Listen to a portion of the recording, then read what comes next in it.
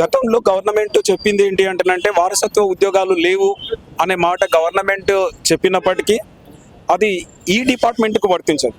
ఏదైతే ఇప్పుడు కావల్ కారు అని చెప్పి విఆర్ఏ అని చెప్పి ఇప్పుడు పిలుస్తున్నారో ఈ డిపార్ట్మెంట్కు వర్తించదు అని చెప్పి మన కేసీఆర్ గారు మాట్లాడడం, దానిపైన జీవో మళ్ళీ అమలు చేయడం, మాకు ఉద్యోగాలు రావాలి. ఎందుకు అంటానంటే మా నాన్న నాకు తెలివచ్చినప్పటి నుంచి 70 రూపాయల సాలరీకి చేసినాడు మా నాయన.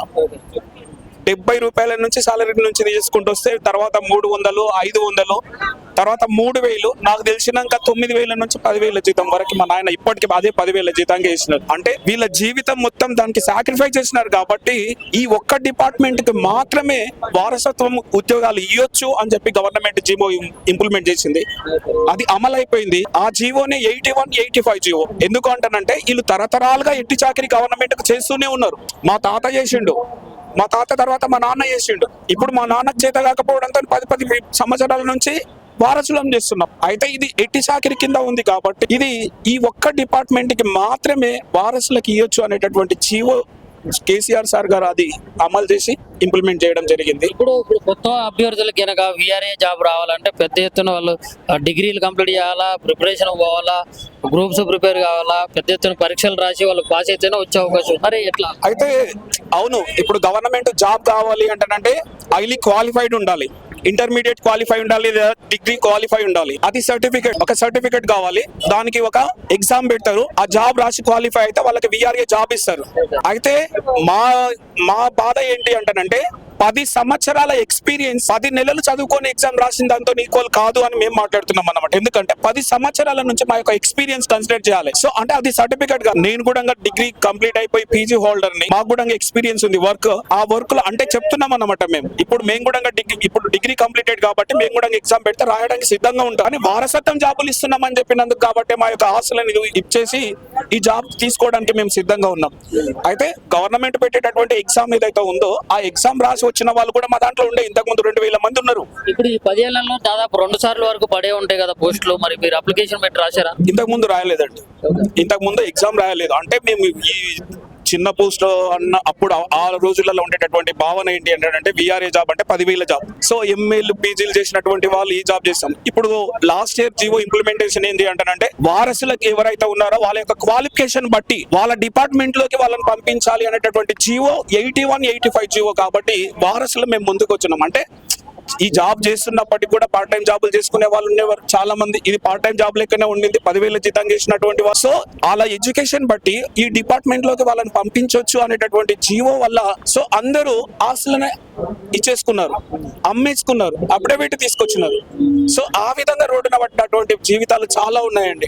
సూసైడ్ చేసుకున్న వాళ్ళు కూడా ఉన్నారు దీంట్లో చాలా మంది. ఈ 400 మంది చనిపోయిన దాంట్లో ఖచ్చితంగా 20 మెంబర్స్ వరకు సూసైడ్ చేసుకొని హార్ట్ అటాక్ వచ్చి చనిపోయిన వాళ్ళు కూడా ఉన్నారు. ఈ జాబ్ రావట్లేదు నా కొడుకుకు అని చెప్పి హార్ట్ అటాక్ వచ్చి చనిపోయిన వాళ్ళు కూడా పేరెంట్స్ చాలా మంది ఉన్నారండి దీంట్లో. సో గవర్నమెంట్ మేము కోరుకునేది ఏంటి? రీసెంట్ గా ఈ మనిషి కూడా దాని గురించి అంటే ఖచ్చితంగా ఈ ఉద్యోగం గురించి ఆయన హార్ట్ అటాక్ వచ్చి చనిపోయినాడు.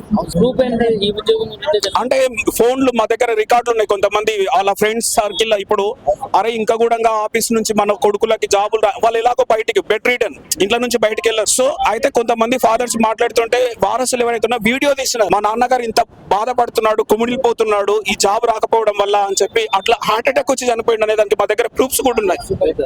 అంటే ఇప్పుడు మా స్టేట్ లీడర్ ఎవరైనా వాళ్ళ దగ్గర ఉన్నాయి, ఈ ప్రూఫ్స్ కూడా ఉన్నాయి, మా దగ్గర వీడియోస్ ఉన్నాయి. వాళ్ళు పర్సనల్ గా ఎవరితోనైతే ఫోన్ మాట్లాడుతుంటే మేము వీడియో తీసినట్టు ఆ వీడియోస్ కూడా మా దగ్గర ఉన్నాయండి. అంటే ఎంతగా మదన పడుతున్నారు వాళ్ళు. గవర్నమెంట్ ఇప్పుడు మేము కొత్తగా మాకు కావాలని అడగట్లేదు కదా, ఏదైతే జీవో ఉందో ఆ జీవో ప్రకారం ఇంప్లిమెంట్ చేస్తున్నారు. ఇప్పుడు మన ఇద్దరం ఉన్నామన్నా, ఇద్దరికి సమానంగా ఒకటి ఇచ్చినప్పుడు ఇద్దరం షేర్ చేసుకోవాలి కదా. నువ్వు తీసుకొని వెళ్ళిపోయినా నేను నిన్నే ఉన్నా, నాకు ఇంకా లేదు. ఇప్పుడు ఈ 3,797 మందికి కూడా ఆ విద్యార్హతలు కూడా ఉన్నాయా అంటే ఈ ఉద్యోగానికి సంబంధించి? దాంట్లో ఈ డిగ్రీ బేస్డ్ ఎవరైతే ఉన్నారో డిగ్రీ ఆపై ఏవైనా ఉండొచ్చు, క్వాలిఫికేషన్ డిగ్రీ ఉండొచ్చు, పీజీ ఉండొచ్చు, వాళ్ళకి జూనియర్ అసిస్టెంట్ ఇవ్వాలి. సో ఎవరైతే ఇంటర్ క్వాలిఫైడ్ ఉన్నారో వాళ్ళకి రికార్డ్ అసిస్టెంట్ ఇవ్వాలి. సో అంటే ఇట్లా క్యాడర్ ఉందన్నమాట. 10th క్వాలిఫైడ్ వాళ్ళు ఉన్నారు, ఓకేనా. సో వీళ్ళకి సబార్డినేట్ ఇట్లా పోస్టులు ఉన్నాయన్నమాట. ఒక్కొక్కరికి ఒక్కొక్క పోస్ట్ ఉందన్నమాట. సో అయితే ఇది గవర్నమెంట్ ఆ జీవోలో క్లియర్ గా మెన్షన్ చేసింది అనమాట. ఈ క్వాలిఫికేషన్ ఉన్న వాళ్ళకి ఈ జాబ్ ఇవ్వాలి అని చెప్పేసి ఆల్రెడీ ఆ జీవోలో క్లియర్ గా మెన్షన్ చేసింది. ఆ జీవో ప్రకారమే ఈ ప్రమోషన్స్ వచ్చి వెళ్ళిపోయిన వాళ్ళు 16,500 మంది ఆ జీవో ప్రకారం వెళ్ళిపోయిన వాళ్ళే ఉన్నారన్న దీంట్లో. ఇప్పుడు ఈ 16,500 మంది అని చెప్తున్నారు, మరి వాళ్ళకి వచ్చి మీకు రావడానికి మరి అది ఏంది మధ్యలో లిటికేంది? దీంట్లో సబార్డినేట్లు అనేటోళ్ళు కొంతమంది ఉన్నారన్నమాట. ఇంతకు ముందు వాళ్ళు ఏం చేస్తున్నారంటే కేసు వేసిండ్రు కోర్టులో, మాకు కూడా ఇట్లా ప్రమోషన్స్ కావాలి అని చెప్పి మా దాంట్లో వాళ్ళే కేసు వేసిండ్రు. అయితే ఈ 16,500 మందికి నైట్ ఆర్డర్లు వచ్చేసినాయి. ఈ 61 అబ్బో వారసులు ఎవరైతే ఉన్నారో 3,797 మందికి నెక్స్ట్ వీక్ ఆర్డర్లు రావాలి. వీళ్ళకి రాత్రి వచ్చేసినాయి, రేపు మార్నింగ్ మాకు రావాలి ఆర్డర్ల. వాస్తవానికి అది కోర్టు స్టే ఇచ్చేసింది దానిపైన. ఎవరైతే మా దాంట్లో వాళ్ళు కేసు వేసినారు, మేము అందరం వెళ్ళినాం, ప్రతి ఒక్కరం వెళ్ళినామో అతన్ని ఇంటి దగ్గరికి వెళ్ళి రిక్వెస్ట్ చేసుకున్నాము. ఈ 3,797 మంది మీ ఇంటి దగ్గర వచ్చి కూర్చుంటే అంతమందికి భోజనం పెడతావా అని మేము ఇట్లా నిలదీసి అతన్ని తీసుకొచ్చి ఆ కేసు ఏదైతే ఉందో అది విత్డ్రా చేసుకున్నాం. కోర్టు కూడా క్లియరెన్స్ ఇచ్చేసింది, వీళ్ళ న్యాయపరమైనటువంటి కోరికలే ఆ జీవో ప్రకారం వాళ్ళకి జాబులు ఇవ్వాల్సిందే అని చెప్పి కోర్టు నుంచి కూడా క్లియరెన్స్ తెచ్చుకున్నాము.